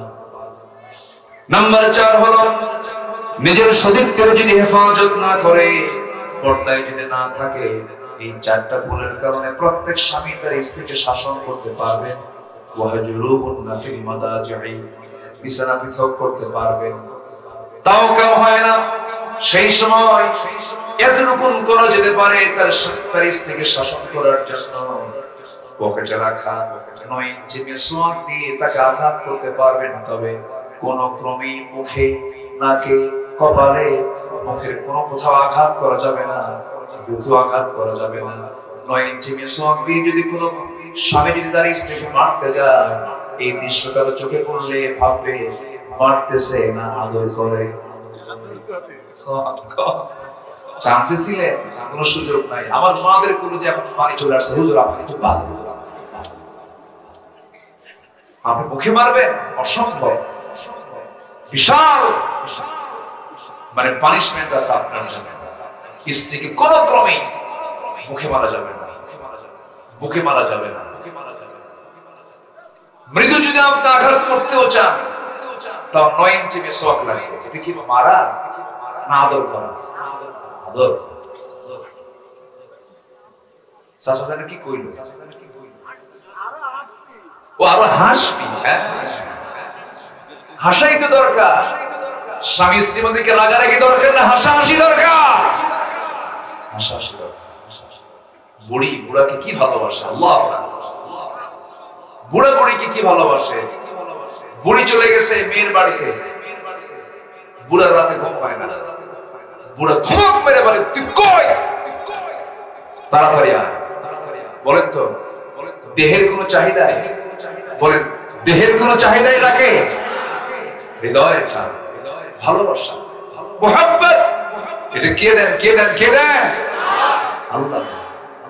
বুড়ি বললে বুড়ার ঘুম শেষ হয় না, কি বল, বুড়ার কান্না শেষ হয় না। বুড়ি যখন মরে যায়, বুড়া পাগলের মতো কান্নাকাটি করে, কবরের পাশে গিয়ে চোখের পানি ফেলে ফেলে কান্দে। মরিচ পাকলে পরে ঝাল কমে না, বাড়ে। ঝাল বেড়ে যায়। স্বামী স্ত্রী যত বয়স বাড়তে থাকে, আল্লাহ পাক তাদের মাঝে মহব্বত আরো বাড়ায় বাড়ায় দেয়। যুবকরা বৈধ সম্পর্কের দিকে যাবে, নিজের স্ত্রীকে, নিজের পরিবারকে আগে দাওয়াত দেবে। নিজের বোনকে কখনো বোরকা ছাড়া বের হতে দেবে না, পর্দার মধ্যে রাখবে। তোমার পরিবারটা জান্নাতের পরিবার বানাবে। কোরআন তেলাওয়াতের প্রচলন করবে। প্রত্যেকটা দিন সকালবেলা প্রত্যেকের মুখ থেকে বের হবে, আলহামদুলিল্লাহি রাব্বিল আলামিন। বলুন, আলহামদুলিল্লাহি রাব্বিল আলামিন, আর রাহমানির রাহিম, মালিকি ইয়াউমিদ্দিন। প্রত্যেকটা সদস্য যদি ফজর পরে যদি কোরআন পড়তে পারে, আল্লাহর কসম করে বলি, ওই বাড়িতে শয়তান কখনো ওয়াসওয়াসা দেওয়ার সাহস পায় না। জোরে বলি সুবহানাল্লাহ। শয়তান তাড়ানোর ওষুধ কি বলে? বলেন বলেন বলেন। কোরআন তেলাওয়াত করা। যে ঘরে কোরআন তেলাওয়াত চলবে, সেই ঘরে কোনো প্রকার শয়তান আসর করতে পারে না। এই যে দুষ্ট জিনগুলো ডিস্টার্ব করে, দুষ্ট জিনগুলো প্রবলেম করে, মূল কারণ হলো এই ট্রিটমেন্টটা বাড়ি থেকে সব বন্ধ হয়ে গেছে। দাদির যুগের সময় দাদিরা ঘুম থেকে উঠেই তারা নামাজ পড়তেন, কোরআন তেলাওয়াত করতেন। গ্রামের মধ্যে ঢুকতে পারে গুনগুন গুনগুন করে আওয়াজটা শোনা যেত। কি ভুল বলছি? গ্রামের মধ্যে ঢুকতাম, ছোট্টবেলায় দেখেছি আমার দাদিকে কোরআন পড়তেন, ফজর করে চৌকি বানায় রাখতেন। এখন তো চৌকিও নাই, জল চৌকি, লম্বা সাইজের জল চৌকিতে আমার নিজের দাদিকে দেখেছি। তাসবিহ থাকতো, কোরআন থাকতো, ওজিফা থাকতো।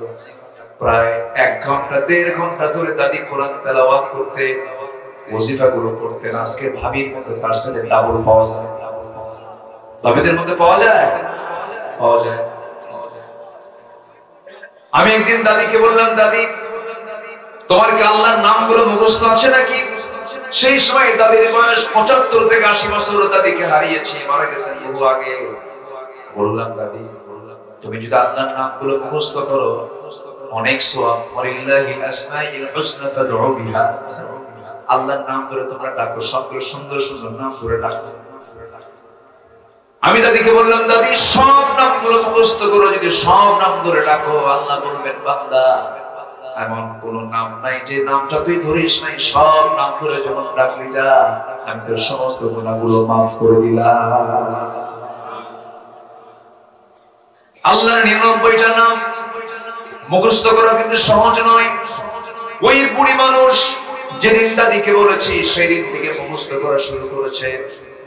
আমাকে একদিন কাছে থেকে বলছে, নাতি এদিকে আয়, তোর যে কথাগুলো শুনেছিলাম নাম সবগুলো নিয়ে আল্লাহকে ডাকতে হয়, সব নাম মুখস্থ করছি। দাদির পরিবারে রহমত ছিল, দাদির সময় বরকত ছিল, গোলা ভরা ধান ছিল, পুকুর ভরা মাছ ছিল, দাদা দাদির মহব্বত ছিল, বাপ মার প্রতি সম্মান ছিল, সব ছিল। কিন্তু আজকে সেই মহব্বত গুলো সব বিদায় হয়ে গেছে। মূল কারণ হলো আমরা আজকে কি ছেড়ে দিয়েছি পরিবারে? বলেন। কোরআনটা ছেড়ে দিয়েছে। কোরআনটা সুন্দর করে পড়বো সবাই, জোরে বলি ইনশাআল্লাহ, আরো জোরে বলি ইনশাআল্লাহ। অনেক লম্বা লম্বা কথা, সময় আস্তে আস্তে চলে যাচ্ছে। এবার আসেন নাম্বার 2, রাসূল ছিলেন ভীরু না সাহসী? ভীরু না সাহসী? সাহসী ছিলেন। তিনি কি পরিমাণ সাহসী ছিলেন? বদর তার প্রমাণ, উহুদ তার প্রমাণ, খন্দক তার প্রমাণ, হিজরতের রাত তার প্রমাণ, জাবালের সুর তার প্রমাণ। কতগুলো সময় তিনি পাড়ি দিয়েছেন, কোন একটা কাজে তিনি চুল পরিমাণ কোনো ভয় পান নাই। অনড় ছিলেন, সাহসের পিরামিড ছিলেন। রাসূল যে রাতে ঘর থেকে বের হলেন হিজরতের জন্য, সম্পূর্ণ একাকী, নাঙ্গা তলোয়ার নিয়ে সামনে দাঁড়ায় আছে, একটা বারের জন্য ভয় পান নাই। কারণ ইমানদারের মূল সাহস হলো কে? ইমানদারের মূল সাহস কে? আমার বন্ধুগণ, যখন কোন বান্দা আল্লাহর প্রতি পূর্ণ ভরসা রাখবে, পৃথিবীর কোন ভয় তাকে পরাজিত করতে পারবে না। আল্লাহ রাব্বুল আলামিন বলেন, ওয়া মান ইয়াতাওয়াক্কাল আলাল্লাহ ফাহুয়া হাসবুহ। যে ব্যক্তি আল্লাহর উপরে ভরসা রাখবে, যে ব্যক্তি আল্লাহর উপরে তাওয়াক্কুল করবে, ওই বান্দার জন্য যথেষ্ট হয়ে যান তুমি আমার কে? আল্লাহ যথেষ্ট হয়ে যান।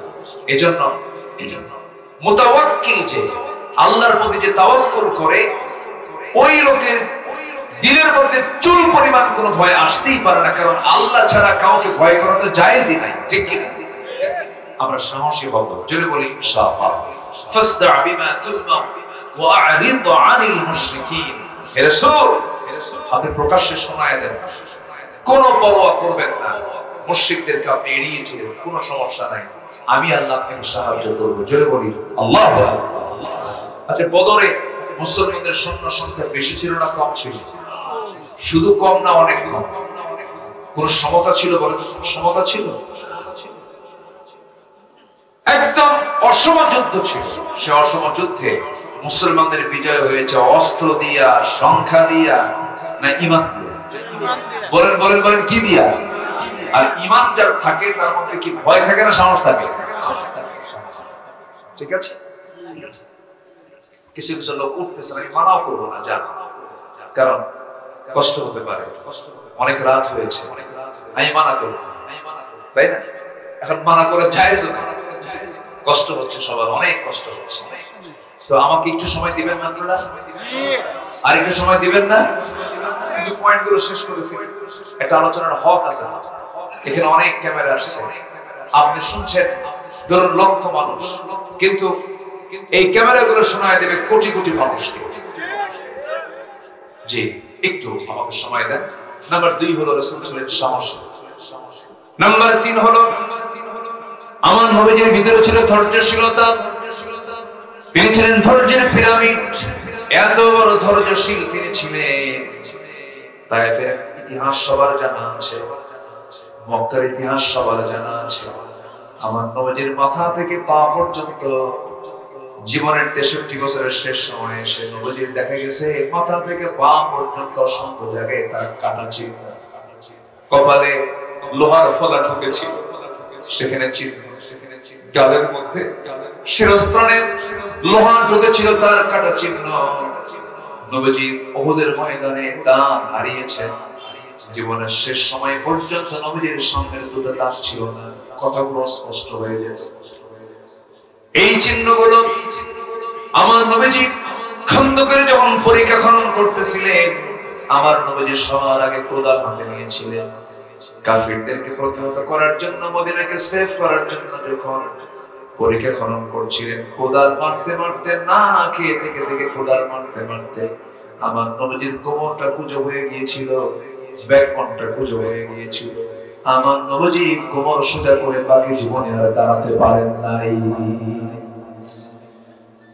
আমার নবীজি কি পরিমাণ তার মধ্যে ধৈর্য ছিল। তায়েফের মানুষ মারে, তায়েফের মানুষ রক্তাক্ত করে, আমার নবীজি রক্তাক্ত চেহারা নিয়ে জিবরিলকে বলছেন, জিবরাইল, আমাকে তুমি বদদোয়া করতে বলো না, লানত করতে বলো না। তায়েফবাসী বুঝে নাই আমি এদেরকে দিল থেকে মাফ করে দিলাম। জোরে বলে সুবহানাল্লাহ। আমার নবীজির ধৈর্য কি পরিমাণ ছিল! নবীজি আবু জেহেলকে সবচেয়ে কম দাওয়াত দিয়েছেন না বেশি দাওয়াত দিয়েছেন? বেশি দাওয়াত দিয়েছেন। কি পরিমাণ ধৈর্য তার মধ্যে ছিল! রাসূলকে যে কষ্ট দিত, রাসূলকে মহব্বত করতেন, তার উল্টা করতেন। ইদফা বিল্লাতি ইয়া আহসান। আমার নবীজির চরিত্র কেমন ছিল? আমার নবীজি কেমন ছিলেন? আল্লাযীনা ইউনফিকুনা ফিস সাররাই ওয়াদ দাররাই ওয়াল কাযিমিনাল গায়যা ওয়াল আফিনা আনিন নাস ওয়াল্লাহু ইউহিব্বুল মুহসিনিন। জোরে বলুন আল্লাহু আকবার। নাম্বার 4 হলো যেটা বলে ফেলেছে পরিবারের প্রতি দায়িত্বশীলতা। নবীজি মেয়েকে বিয়ে দিয়েছেন। ফাতিমা নবীজির সবচেয়ে আদরের দুলালি ছিলেন। 4 নাম্বার মেয়ে। কয় নাম্বার মেয়ে বলেন? 4 নাম্বার মেয়ে। ফাতিমাকে রাসূল সব মেয়ের চাইতে বেশি একটু কাছে টানতেন, কারণ ফাতিমার স্বভাবের সাথে নবীর স্বভাবের মিল ছিল, চেহারার সাথে চেহারার মিল ছিল। দেখবেন প্রত্যেক বাবা সব সন্তানকে সমান চোখে দেখতে চাইলেও আদরের দিক থেকে একটু কম বেশি হয় কিনা বলেন? আজকে হয় কিনা? যারা বাপ হইছেন তারা বুঝেন। আল্লাহ পাক আমাকে 4টা মেয়ে দিয়েছে। কেউ তো আলহামদুলিল্লাহ বলে। আলহামদুলিল্লাহ। বিয়ে কি আপনি দিলেন? তো আলহামদুলিল্লাহ বলতে সমস্যা নেই। জোরে বলেন না ভাই আলহামদুলিল্লাহ। হ্যাঁ, যাদের সন্তান আছে তারা বুঝবেন একটু আদরের একটু ডিফারেন্স হয়, সমতাই হয়, মহব্বত ঠিকই থাকে, একটু কম বেশি তো একটু হবে, এটা হতে পারে। আমার নবীজি ছোট্ট মেয়ের প্রতি সবচেয়ে বেশি দুর্বল ছিলেন। নবীজি মেয়েকে বিয়ে দেওয়ার পরে মেয়েকে স্বামীর ঘরে পাঠিয়ে দিয়েছেন, জামাইয়ের বাড়িতে পাঠিয়ে দিয়েছেন, কিন্তু 3টা দিন কখনো পার হতে দেন নাই। সাহাবে কেরামকে বলতেন, সাহাবীরা আমার ফাতিমাকে না দেখলে আমার ভালো লাগে না। চলে যেতেন মেয়েকে দেখার জন্য, 3 দিন পার হতো না। রাসূল তাকে খুব ভালোবাসতেন। যেদিন বিয়ে দিবেন, বিয়ে দেওয়ার সময় বললেন, মা পাঠায় দিলাম তোমাকে তোমার স্বামীর ঘরে যাও, স্বামীর ঘর সংসার করো। একটা কথা বলে দিচ্ছি মা, মৃত্যুর দিন পর্যন্ত যেন আমার তোমার স্বামীর বিরুদ্ধে আমার কানে একটা নালিশ যেন কানে না আসে। যাও সংসার করে খাও, এমন স্বামী তোমাকে দিয়েছি। আসাদুল্লাহ আলী আলী যেরকম সুবহানাল্লাহ। স্বামীর বিরুদ্ধে একটা নালিশ যেন আমার কানে না আসে। এখনকার মেয়ের বাপরা কি এই করে? এই কথা বলে মেয়েকে বিয়ে দিয়ে বলে, যা যদি কিছু বলে খালি ফোন দিবি, খাইয়া ফেলাবো। কি আছে না? না, সংসার হবে না, ধ্বংস হয়ে যাবে। বিয়ের আগে একজন নারীর অবস্থান একরকম, বিয়ের পরে একজন নারীর অবস্থা ভিন্ন রকম। স্বামীর দামটা কোন অংশে কম নয়, স্বামী গুরুত্বপূর্ণ একটা অংশ। তবে হ্যাঁ, বাপ মার সঙ্গে কোনো তুলনা করা যাবে না। বাপ মা তো বাপ মাই, কিন্তু স্বামীকে সম্মান করার দরকার আছে না নাই?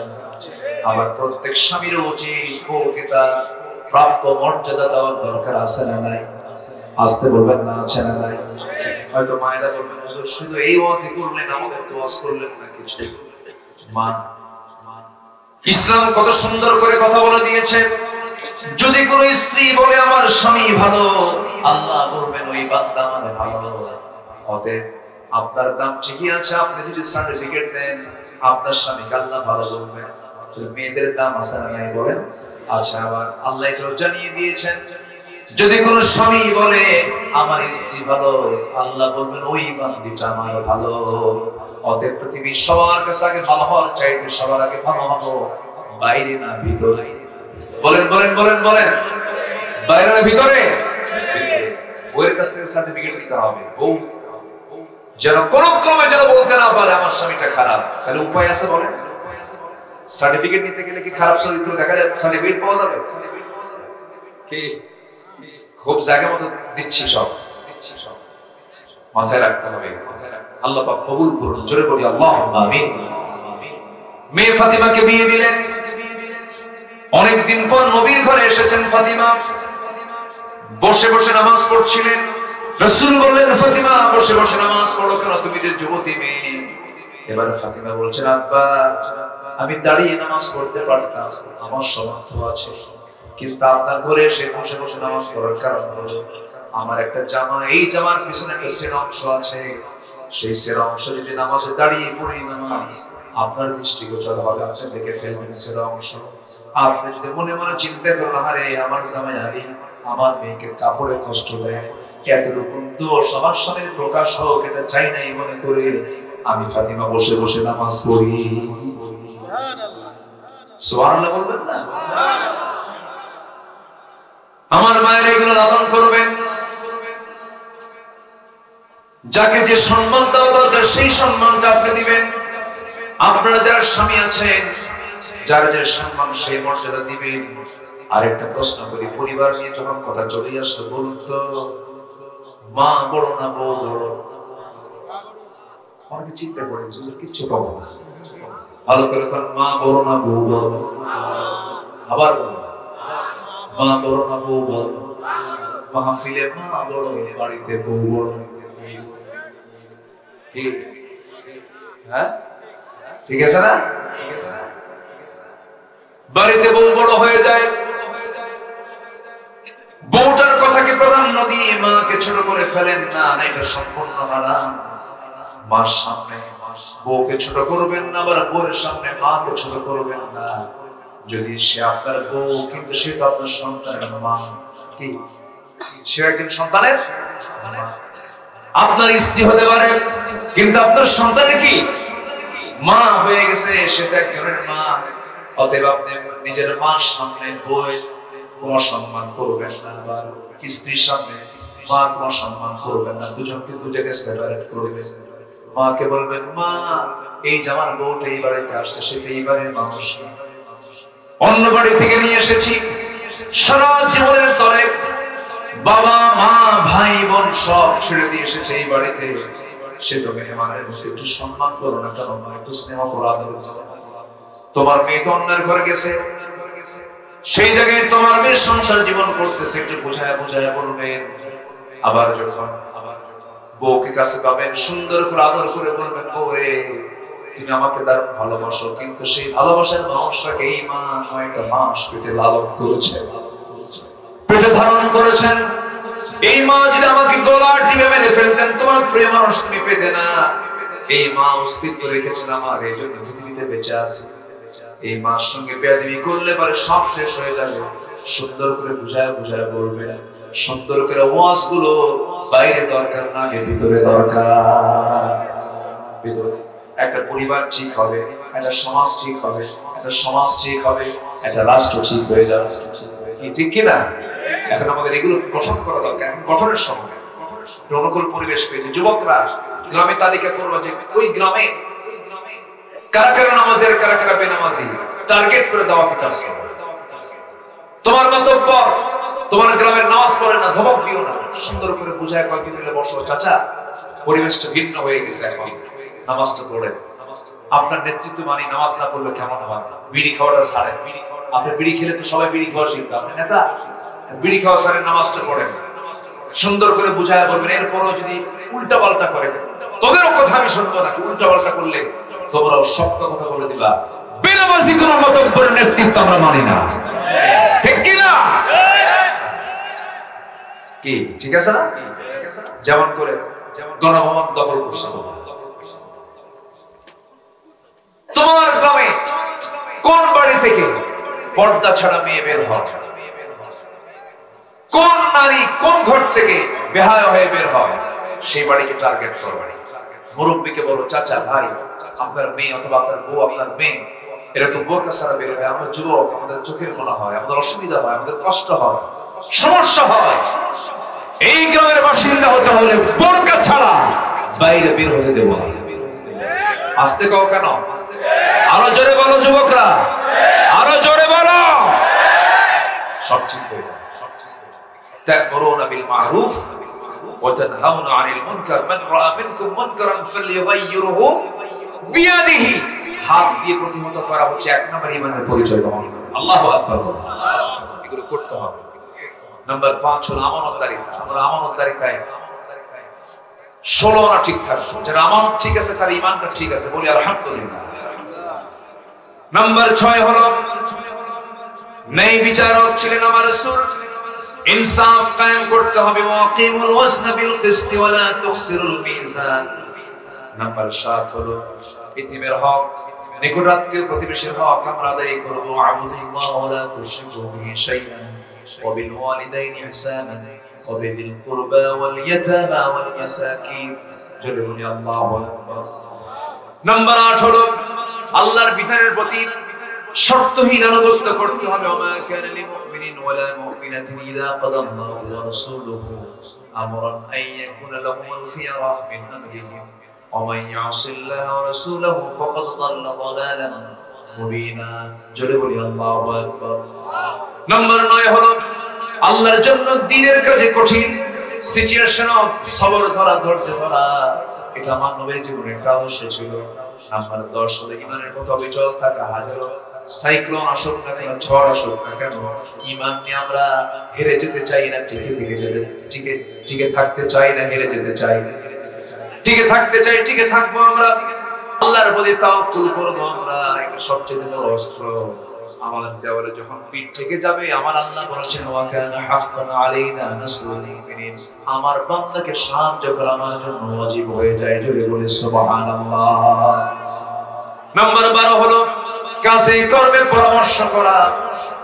যে কোনো কাজ একাকী করা, এটা বিজ্ঞতার পরিচয় বহন করে, সেখানে ভুল থেকে যাবে।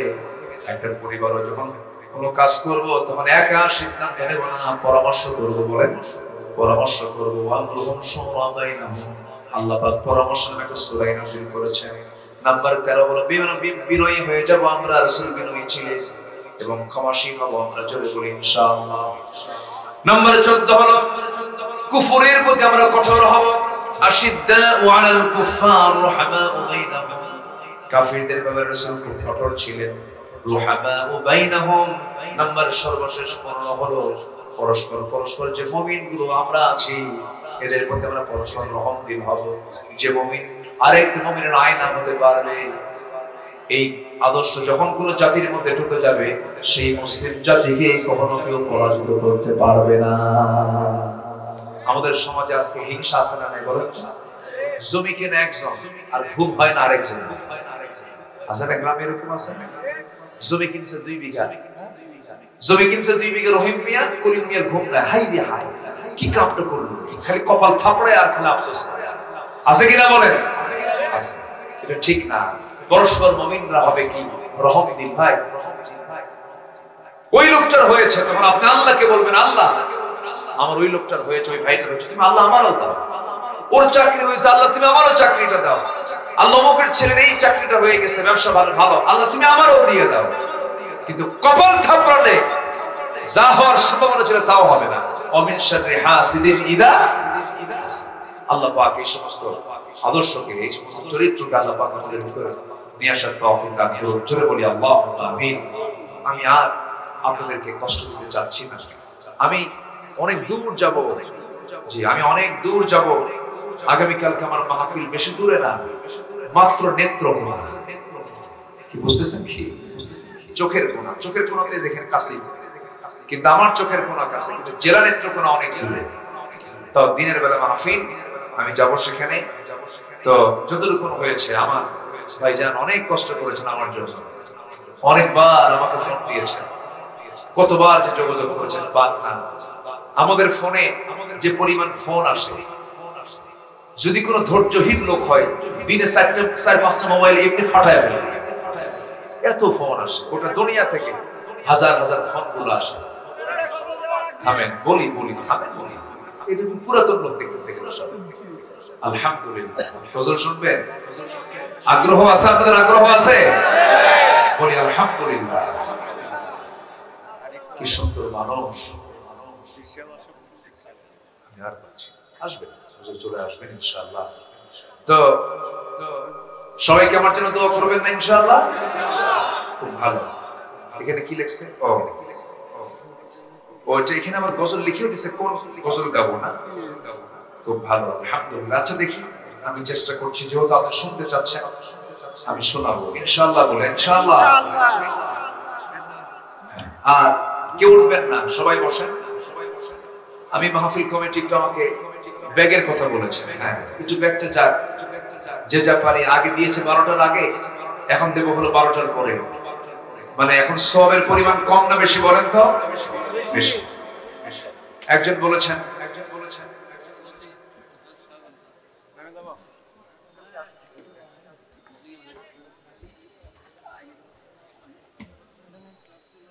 স্ত্রীকে দিয়ে ইউটিউবে কাপল ব্লগ নামের ব্যবসা, হ্যাঁ, বউকে নিয়ে ইউটিউবে বিভিন্ন কাপল ব্লগ করে, মানে ঘরের সমস্ত সংসারের এই প্র্যাকটিক্যাল চিত্রগুলো জাতিকে দেখায়। এরা চরিত্রহীন, দুশ্চরিত্র অনুষ্ঠানে এই সমস্ত চরিত্র দেখাতে পারে না, ঠিক কিনা? কাপল ব্লগ এটা জায়েজ নেই, সম্পূর্ণ হারাম। আপনি অন্তর্মহলের বিষয়গুলো আপনি এর বাইরে আনবেন না। হ্যাঁ, সম্মানিত ভাইরা, সেদিন একজন প্রশ্ন করেছে আমাকে, হুজুর, হাঁস দিয়ে মুরগির ডিম পাড়ানো জায়েজ আছে কি? হাঁস দিয়া মুরগির ডিম পাড়ানো, মানে মুরগির ডিমের যে তাপ দেয়, যে এটা কি জায়েজ আছে? আমি তো আশ্চর্য প্রশ্ন শুনলাম, বললাম যে হায় রে, জাতির কি গুরুত্বপূর্ণ প্রশ্ন এটা। ধৈর্য ধারণ করার শক্তি দাও গো মেহেরবান আমায়, দাও গো মেহেরবান। বুকের ভেতর ব্যথার নদী বইছে অবিরাম, বইছে বইছে অবিরাম। আধার আমার আলো দিয়ে কানাই কানাই দাও ভরিয়ে, আধার আমার আলো দিয়ে কানাই কানাই দাও ভরিয়ে। অন্তর জুড়ে দাও গো প্রভু ভোরের পাখির গান। বুকের ভেতর ব্যথার নদী বইছে অবিরাম, বইছে বইছে অবিরাম। ফাগুন কেড়ে নেয়া চৈত্র আষাঢ় করে দাও, গাছে গাছালির শীতল ছায়ায় জীবন ভরে দাও আমার, জীবন ভরে দাও।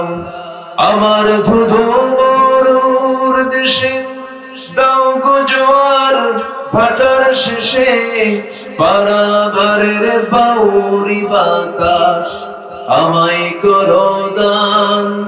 বুকের ভেতর ব্যথার নদী বইছে অবিরাম, বইছে বইছে অবিরাম। ধৈর্য ধারণ করার শক্তি দাও গো মেহেরবান আমায়, দাও গো মেহেরবান।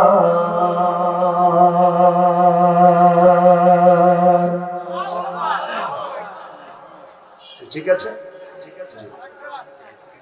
জি, একটু ব্যাগ চলে গেছে, আবার ভুলে যায় না, ব্যাগ চলে গেছে। আপনারা দান করেন, আমি জানি হাদলের দান পাবনা জেলার কোন মাহফিলে এত ওঠে না যে দান এখানে ওঠে। এই রেকর্ড যেন কখনো না ভেঙে যায়, এই রেকর্ড যেন কখনো নিম্নমুখী না হয়, যেন ঊর্ধ্বমুখী হয়ে যায়। যা দিয়েছেন এই দান উত্তরোত্তর জন্য কি বাড়বে না কমবে? বাড়বে। এই রেকর্ড আপনারা রাখবেন। এই বছর ধরেন 30 লাখ, আগের বছর মাথায় রাখবেন যেন 40 লাখে যেন চলে আসে। দান তো কমা উচিত না, দান কি কমা উচিত না বাড়া উচিত? বাড়া উচিত, বাড়ে না। আলহামদুলিল্লাহ, এখানে লীলা বোর্ডিং আছে, সম্পূর্ণ ফ্রি, তারা চালান। অনেক গরিব অসহায় ছাত্ররা সেখানে পড়াশোনা করে। জি, মুসলিম খান তিনি দিয়েছেন কিছু টাকা, মহিদুর ভাই দিয়েছেন 500 টাকা। আল্লাহ কবুল করুন, হুজুর করে আল্লাহ আপনাকে মাফ করুন। আমি তো এটা পারি না। আচ্ছা, আপনি পারেন না? আপনি তো স্কুলে পড়া হয় না। যে মায়ের স্বপ্ন ছিল তার ছেলে আলেম হবে, মায়ের স্বপ্ন পূরণ হওয়ায় 500 টাকা। আল্লাহ, জি, আল্লাহ কবুল করুন। যে তারপরে মতিন খান দিয়েছেন, এগুলো তো বলেছি না যে আল্লাহ সবার দানকে কবুল করুন। জুড়ে বলি আল্লাহু আমিন। অনেক অনেক প্রকার দান করে জিকির করি লা ইলাহা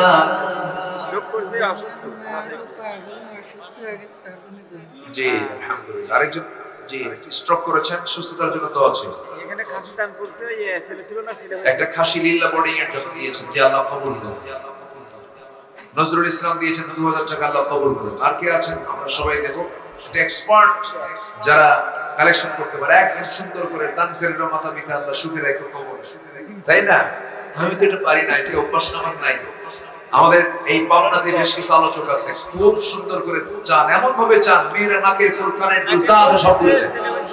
এই যে কানের, আমি এত পারলাম, আমি তো কিছু কই নাই, নাকের ফুল দিয়ে গেছে আলহামদুলিল্লাহ। কিন্তু নাকের ফুল দেয় ভুল করে, কিন্তু কানের দুরো দেয় না, গলার চেনও দেয় না, হাতের বালা দিছে মাশাআল্লাহ। তাহলে দেখেন রেকর্ড ভঙ্গ হয়ে গেছে, বলি আলহামদুলিল্লাহ। 22 বছর একটা ছেলে হয়েছে, 22 বছর পর ওরে আরো তো একটা বড় কিছু দেওয়া লাগতো, আরো বড় কিছু দিয়ে দেন যেন কোনো অসুখ বিসুখ না আসে। জি জি সম্মানিত ভাইয়েরা,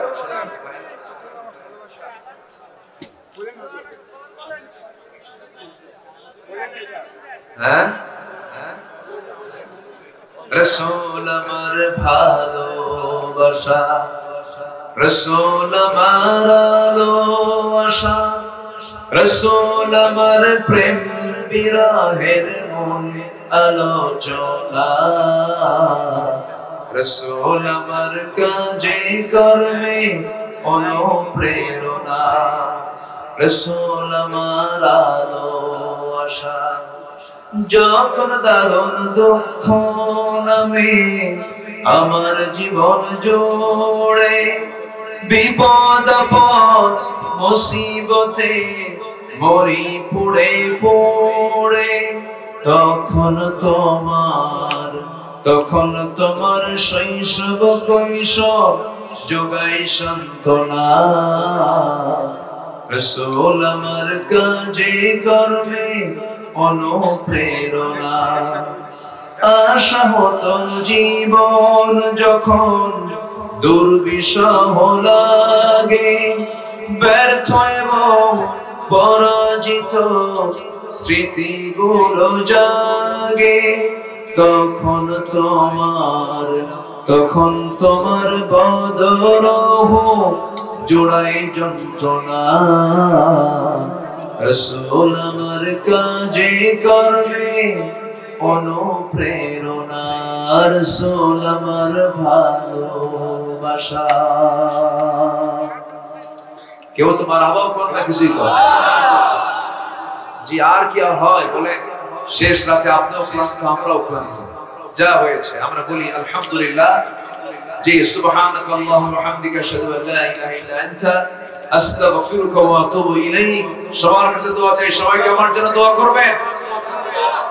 জি জি আমি ছোট্ট দোয়া করে দেব, আবার আবার আবার লোক চলে যাবে।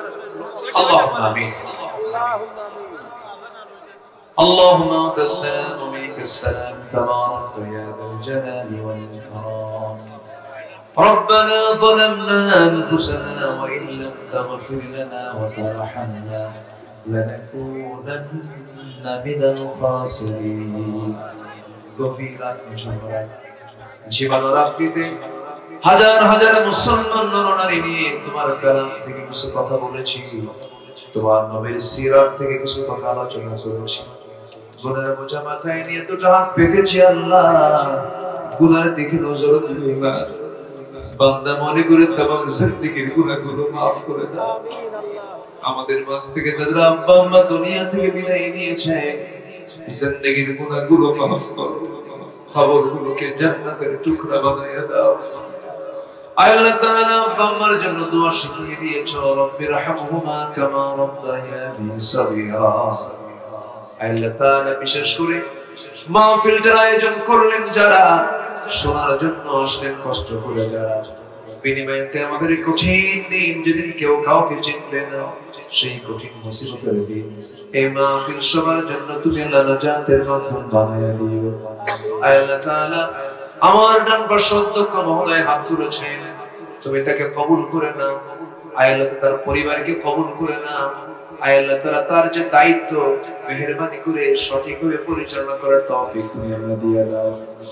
আয় আল্লাহ তাআলা আমার সঙ্গে যারা আমিন আমিন করছেন, কার মনে কোন নেক মাকসুদ জানি না, যার যার চাওয়া তুমি আল্লাহ পাওয়া করে দিও, যার যার সমস্যা তুমি আল্লাহ সমাধান করে দিও। দুনিয়া থেকে কোন দিন বিদায় নেব জানি না, প্রতিদিন কত মানুষ দুনিয়া থেকে বিদায় নেয়। আমাদের বয়সে বহু ভাই কবরস্থ হয়েছে, আমাদের বয়সের অনেক বন্ধুরা কবরস্থ হয়েছে। আমরা একদিন কবরস্থ হয়ে যাব আল্লাহ, তোমার দরবারে প্রার্থনা করি তোমার পছন্দের বান্দা না হওয়া পর্যন্ত আমাদের মরণ দিও না। কোন দিন মরণের ডাক আসবে জানি না, ও আল্লাহ যেদিন মওতের ডাক চলে আসবে জবানে জারি করে দিও লা ইলাহা ইল্লাল্লাহ মুহাম্মাদুর রাসূলুল্লাহ। আসসালামু আলাইকুম ওয়া রাহমাতুল্লাহি ওয়া বারাকাতুহু।